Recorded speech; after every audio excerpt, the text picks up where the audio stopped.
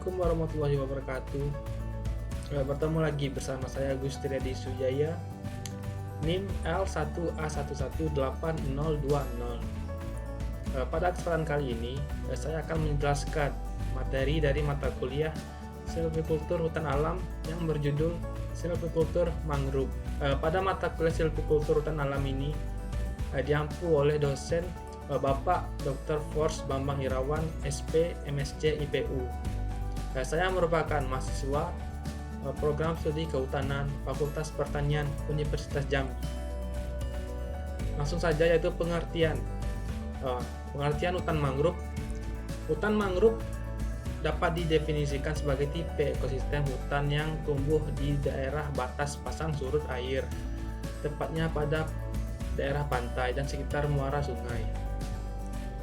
Tumbuhan tersebut tergenang di saat kondisi air pasang dan bebas dari genangan saat kondisi air surut.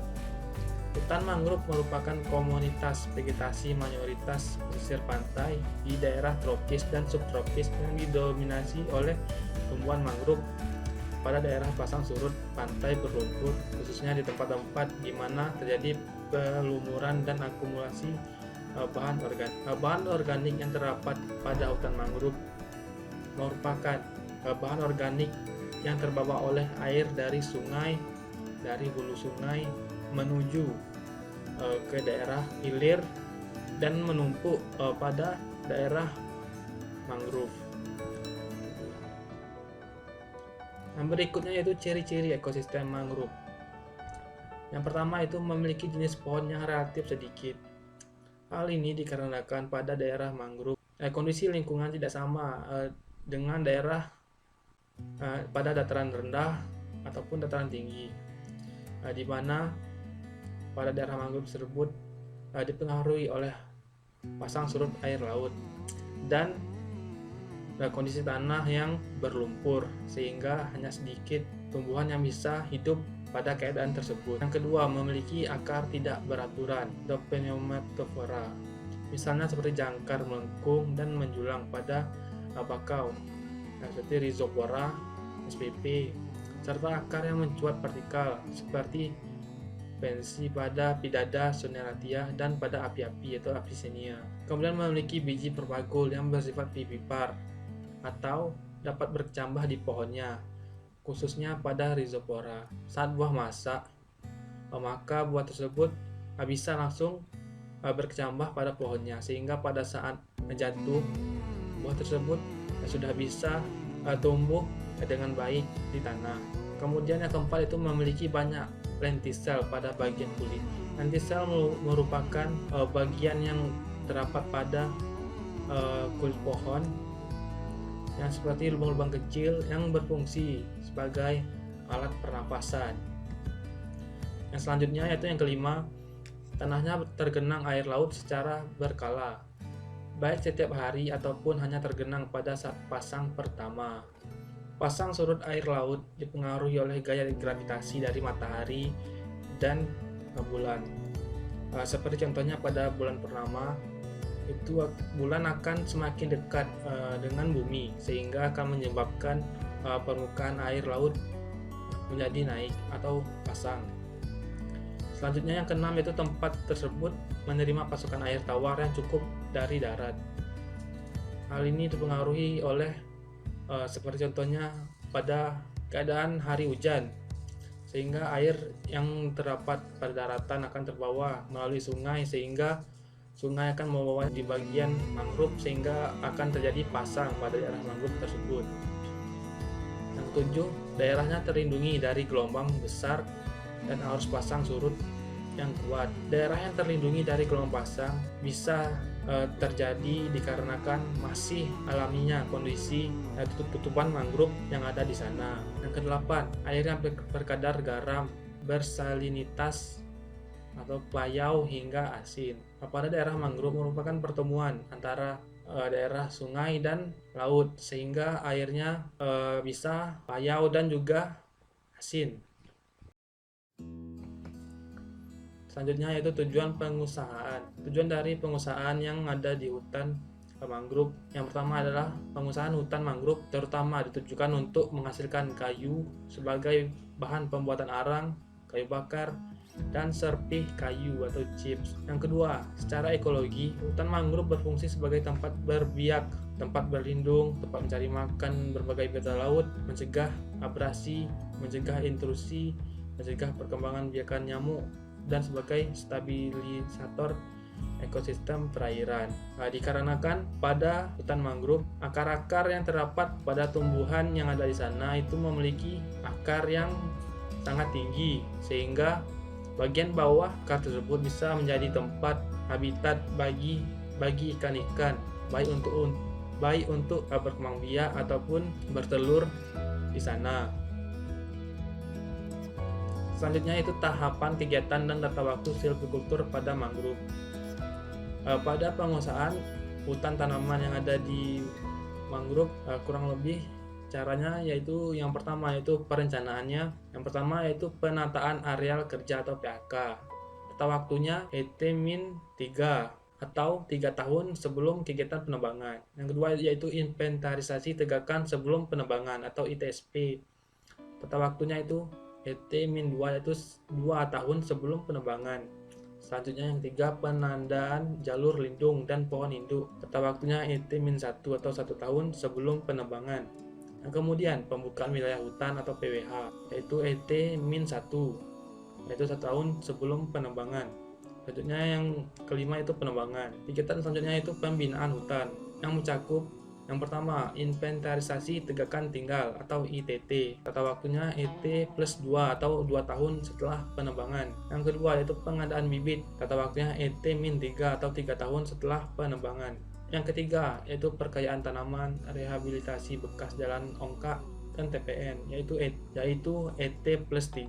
Selanjutnya tahap pemeliharaan yang mencakup yang pertama tahap pemeliharaan yang pertama yaitu ET+4. Yang kedua itu tahap pemeliharaan 2 yaitu ET+5 itu 5 tahun setelah penebangan, dan kemudian penjarangan bila diperlukan yaitu ET+15 sampai dengan 20 tahun.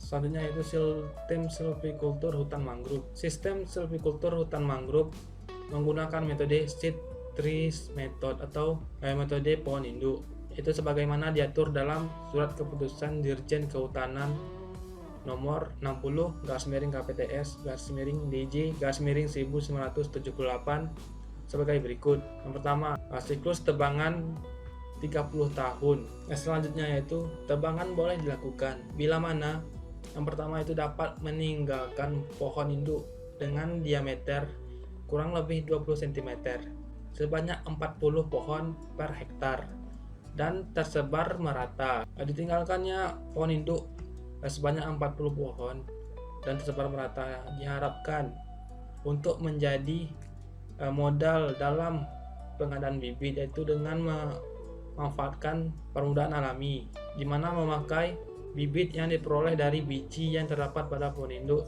yang akan tumbuh nantinya. Sebaran merata tersebut diperuntukkan agar bibit yang berasal dari biji tersebut juga tersebar secara merata. Apabila sebaran pohon induk tidak merata, maka akan terjadi kerusakan di sebagian tempat. Selanjutnya itu terdapat anakan tingkat semai berjumlah 2.500 anakan per hektar. Selanjutnya itu tebangan boleh dilakukan pada pohon dengan diameter lebih atau sama dengan 10 cm. Selanjutnya penebangan dapat meninggalkan jalur pelindung, yaitu 50 meter dari tepi pantai dan 10 meter dari tepi sungai, alur atau jalan raya. Pada 50 meter dari tepi pantai itu tidak boleh dilakukan penebangan dikarenakan untuk menjaga pantai dari abrasi dan pasang air laut dan tujuan untuk konservasi. Dan 10 meter dari tepi sungai tidak boleh ditebang untuk menjaga ekosistem mangrove lebih baik. Selanjutnya cruising dilakukan dengan sistem strip sampling intensitas 5%. Selanjutnya itu luas tempat pengumpulan kayu TPN maksimum 1% dari luas area kerja. Dan selanjutnya penjarangan boleh dilakukan 15 sampai 20 tahun setelah penebangan. Penjarangan dilakukan menjaga pohon induk ataupun pohon binaan supaya pertumbuhannya lebih baik. Penjarangan dilakukan dengan menebang pancang atau tiang yang berada di sekitar pohon yang akan kita jadikan pohon induk atau pohon binaan. Selanjutnya itu sistem pohon induk seed trees method. Sistem pohon induk adalah suatu sistem silvikultur dengan membiarkan beberapa pohon berdiri sendiri atau dalam kelompok untuk menghasilkan benih untuk regenerasi. Sistem ini disebut juga dengan sistem bibit pohon. Penerapan sistem pohon induk. Dalam metode ini adalah pohon jelas ditebang kecuali pohon benih yang dibiarkan berdiri sendiri atau dalam kelompok untuk menghasilkan benih untuk regenerasi. Setelah tanaman baru didirikan, pohon-pohon benih dihapus atau dikiri tanpa batas. Selanjutnya yaitu jenis benih pohon sistem. Adapun jenis bibit yang digunakan dalam sistem silvikultur pohon induk adalah sebagai berikut. Yang pertama itu sistem bibit pohon seragam. Dalam sistem bibit pohon seragam, setiap pohon lebih atau kurang terdistribusi merata di seluruh blok. Pada penanaman dengan sistem bibit pohon seragam, tanaman yang ditanam itu jenisnya sama. Misalnya jenis Avicennia, maka seluruh benihnya akan Avicennia. Ataupun pada benih Rhizopora, maka tanaman yang disebut akan didominasi oleh tanaman Rhizopora. Selanjutnya yang kedua itu kelompok sistem bibit pohon. Dalam sistem bibit pohon berkelompok, pohon benih yang tersisa di blok part kecil. Part ini akan diatur dalam kelompok-kelompok yang tidak teratur atau strip. Dan kelompok ini disesuaikan dengan jenis pohonnya. Misalnya kelompok pertama pohonnya yang ada situ Bruguera, maka kelompok itu Bruguera, dan di sebagian kelompok lain ada Rhizopora, maka itu merupakan tempat dari pohon Rhizopora, dan seterusnya. Selanjutnya yaitu persiapan sebelum penebangan. Yang pertama itu inventarisasi. Maksud dan tujuan inventarisasi yaitu yang pertama, maksudnya untuk mengetahui keadaan pohon, permukaan fisik, keadaan fisik di lapangan, dan sosial ekonomi di sekitar hutan. Tujuannya yaitu yang pertama, menetapkan tindakan penebangan atau penjarangan.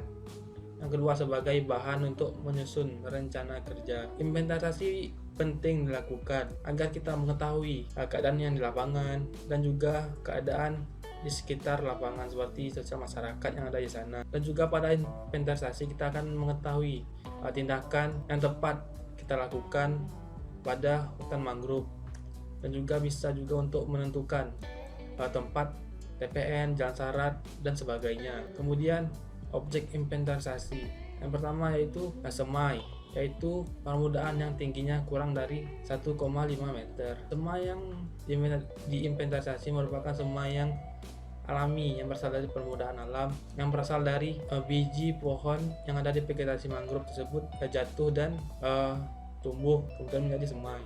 Yang pancang yaitu permukaan dengan tinggi 1,5 meter dengan diameter kurang dari 10 cm. Kemudian pohon yaitu tumbuhan dengan diameter 10 cm atau lebih diukur pada 20 cm di atas pangkal akar, tunjang atau banir. Pengukuran di atas pangkal akar dan tunjang bertujuan untuk mendapatkan diameter pasti dari pohon tersebut, dikarenakan pada daerah mangrove vegetasinya memiliki akar yang sangat tinggi ataupun juga bisa berbanir, sehingga harus dilakukan pengukuran di atas pangkal. Selanjutnya yaitu inventarisasi pohon, dilakukan dengan metode systematic strip sampling. Metode systematic strip sampling itu berbentuk seperti jalur atau strip peta ukur yang sejajar dengan jalur lainnya dan memiliki jarak antar jalur yang sama. Jalur tersebut tidak terputus hingga batas kawasan hutan yang diinventarisasi. Selanjutnya itu jalur inventarisasi 10 meter, yaitu 5 meter ke sebelah kiri dan kanan jalan setapak. Kemudian rintis atau jalan setapak pertama ditetapkan secara acak. Jarak jalur rintis 20 meter dengan arah memotong garis perbedaan pohon. Semua pohon dalam jalur rintis catat jenis dan diameternya. Pencatatan jenis pohon dan diameternya berguna untuk kegiatan penebangan nantinya, ataupun bisa juga untuk dijadikan sebagai pohon induk nantinya. Kemudian yaitu inventarisasi permukaan, dilakukan dengan metode sistem plot sampling seperti yang dijelaskan sebelumnya. Kemudian semai dicatat jenis dan jumlahnya pada peta berukuran 2x2. Peta dibuat setiap jarak 100 meter dengan posisi berseling dengan arah rintis atau jalan setapak. Kemudian pancang diamati dengan peta 5x5 dengan jarak 100 meter posisi berseling dengan rintis. Kemudian pengolahan data. Nama jenis dibedakan kelompok Rhizoporaceae dan non-Rhizoporaceae. Dikarenakan jenis Rhizoporaceae itu banyak mendominasi pada hutan mangrove. Selanjutnya volume pohon dihitung berdasarkan tabel isi jenis.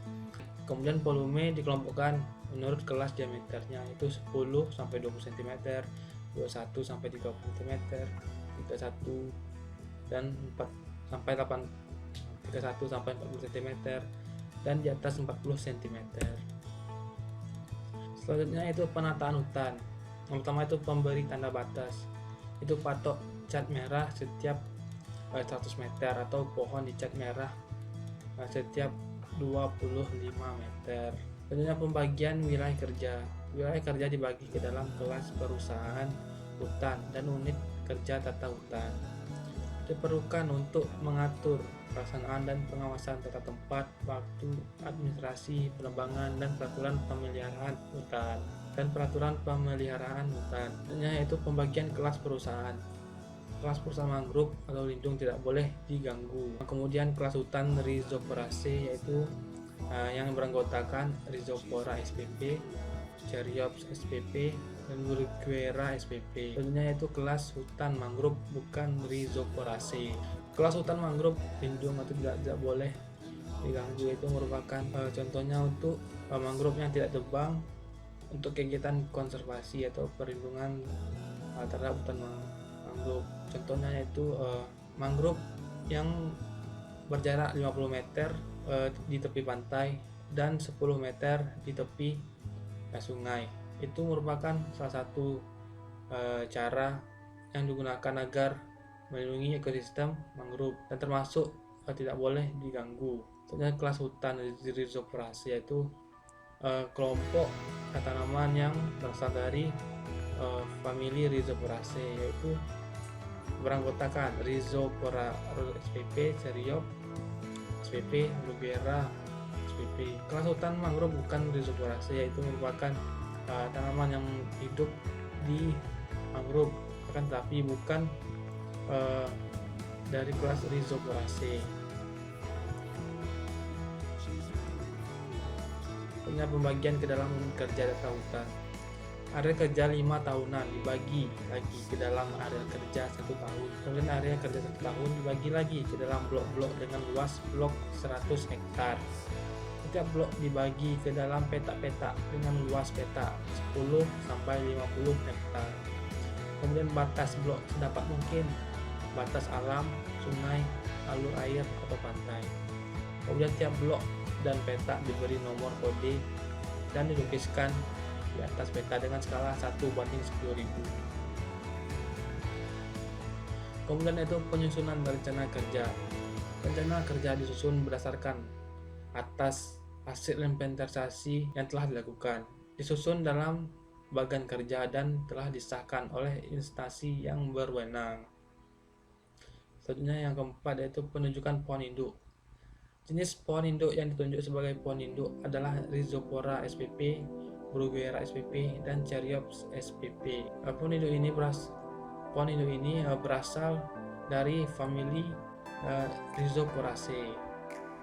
Sebenarnya jumlah pohon induk 40 batang hektar dengan jarak rata-rata 17 meter. Jarak rata-rata 17 meter itu dibuat untuk menjarangkan jarak rata-rata 17 meter pohon induk itu dibuat agar sebaran dari pohon induk itu merata dan tidak terpaku pada satu tempat, sehingga maksudkan akan bibit yang berasal dari biji pohon induk akan tersebar merata ke seluruh bagian peta.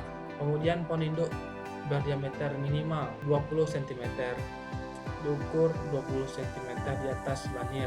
Kemudian pohon induk harus berbatang lurus dengan tajuk lebat dan sehat. Hal ini dimaksudkan agar bibit yang didapat dari pohon induk tersebut merupakan bibit yang bagus dan juga diharapkan seperti pohon induknya. Dan kemudian pohon induk diberi nomor urut dan nomor peta. Selanjutnya pohon induk dilukiskan pada peta dengan skala 1:10.000. Kemudian penebangan pohon dan pengeluaran kayu. Batas diameter, peralatan, dan siklus tebang. Pohon boleh ditebang bila telah berdiameter 10 cm. Peralatan yang digunakan hanya parang, kapak, dan gergaji mesin. Alat yang digunakan tersebut bertujuan untuk mengurangi kerusakan pada hutan saat proses penebangan. Dengan alat sederhana tersebut diharapkan mengurangi dampak yang ditimbulkan dalam proses penebangan. Kemudian siklus tebang ditetapkan 30 tahun atau disesuaikan dengan tempat tumbuh, tujuan pengusaha hutan, dan ekologi setelah mendapat persetujuan dari instansi yang berwenang. Kemudian sistem penebangannya. Penebangan dilakukan dengan meninggalkan pohon induk sebanyak 40 batang per hektar. Setelah penebangan, areal hutan ditutup terhadap penebangan. Hal ini dimaksud agar setelah kegiatan penebangan itu akan terjadi permudahan secara alami dan tidak terganggu oleh keberadaan gangguan dari manusia. Selanjutnya pada umur 15-20 tahun setelah penebangan dilakukan penjarangan dan ditutup kembali dari penebangan sampai berumur 30 tahun. Penjarangan dilakukan pada umur 15-20 tahun dimaksudkan agar pohon yang tumbuh dengan penjarangan yang dilakukan untuk juga meningkatkan diameter pohon dan juga mengurangi persaingan serapan unsur hara. Etat tebangan adalah jatah yang diperoleh dari pengusaha hutan dalam melakukan penebangan terhadap hutan. Etat tahunan sebagaimana ditetapkan dalam Keputusan Menteri Kehutanan Nomor SK 213/Menhub 2/2007 tanggal 28 Mei 2007. Etat luas maksimum 2.663 hektar per tahun. Etat batang maksimum 913.941 batang per tahun. Etat volume maksimum 315.725 meter kubik per tahun.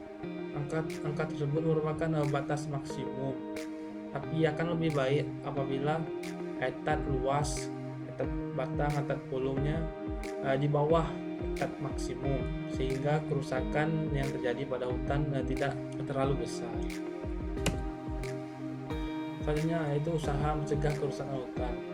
Pada waktu penebangan, pembagian batang dan pengeluaran kayu dicegah terjadinya kerusakan terhadap pohon induk, permudahan, dan tanah hutan dengan cara terlebih dahulu menetapkan arah rebah pohon yang tepat dan tidak menarik pohon yang tersangkut dan tidak menebang permudahan kayu jenis rhizosperaceae. Pengeluaran kayu dilakukan melalui sungai, alur air, atau parit dengan lebar kurang lebih 1,5 meter atau dengan lori dengan menggunakan jalan rel.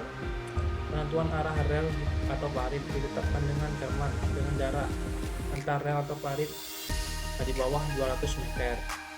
Luas tempat penimbunan kayu atau TPN termasuk pembakaran arang dibatasi 0,1 hektar per 10 areal penebangan. TPN dan jalan pengeluaran kayu digambarkan dengan peta dengan skala 1:10.000. Selanjutnya yaitu pemeliharaan bekas tebangan. Pertama itu penjarangan. Penjarangan dilakukan 1 kali pada umur 15-20 tahun setelah penebangan atau jika hasil kompensasi sudah lebih dari 1.100 pohon per hektar. Yang ditebang pada penjarangan adalah pohon yang tumbuhnya tertekan, batang jelek, atau yang terkena serangan penyakit.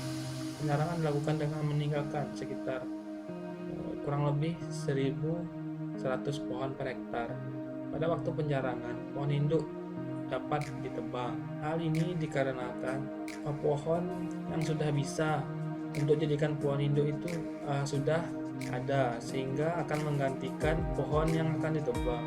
Pohon induk yang akan ditebang itu juga dilihat apakah pohon tersebut mengganggu dari pertumbuhan dari tanaman yang di atas sekitarnya. Apabila mengganggu, pohon induk tersebut bisa ditebang apabila tersedia pohon yang akan dijadikan pohon induk berikutnya. Kemudian pembebasan dari tumbuhan pengganggu. Pada waktu penjarahan, tumbuhan pengganggu seperti tumbuhan pemanjat, pakis, dan jenis yang kurang mempunyai nilai ekonomis ditebang atau dimatikan. Selanjutnya itu pengayaan. Area yang rusak seperti bekas tebangan, kiri kanan rel parit, bekas TPN, pondok dan sebagainya yang belum ditumbuhi penggunaan harus ditanami jenis-jenis regenerasi. Selanjutnya penanaman. Seperti yang dijelaskan sebelumnya bahwa penanaman bisa dilakukan pada areal bekas jalan sarat, parit, dan bekas TPN yang belum ditumbuhi oleh tanaman. Cara penanaman. Yang pertama itu pembersihan lapangan dan pemasangan air. Pembersihan jalur selebar 1 meter, jarak antar jalur 2 meter, dan arah melintang arah pasang. Ada jalur pasang air sebagai tempat penanaman.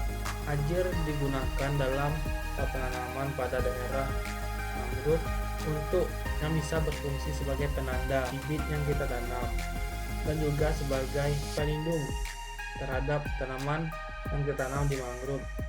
Bisa juga kita sedikit mengikat bibit pada air. Ikatannya jangan terlalu kuat untuk menjaga agar tanaman tidak terbawa oleh arus pasang dan surut. Kemudian pengumpulan buah atau benih dari famili Rhizophoracea dipetik dari pohon induk sebagai bahan perbanyakan tanaman, lalu disimpan 10-15 hari di bawah tegakan. Selanjutnya penanaman. Buah yang diambil ditanam pada posisi ditancapkan pada ajir. Kemudian lakukan penyangan. Penyangan dilakukan pada daun-daun yang berpotensi terkena penyakit ataupun terkena serangan hama. Kemudian dilakukan pembersihan gulma sampai umur 2 tahun.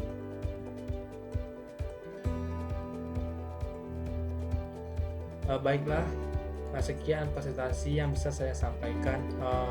Mohon maaf atas kata-kata yang kurang berkenan dan apabila terdapat kekurangan pada presentasi yang saya sampaikan. Saya ucapkan terima kasih. Saya akhiri. Wabillahi taufiq wal hidayah. Wassalamualaikum warahmatullahi wabarakatuh.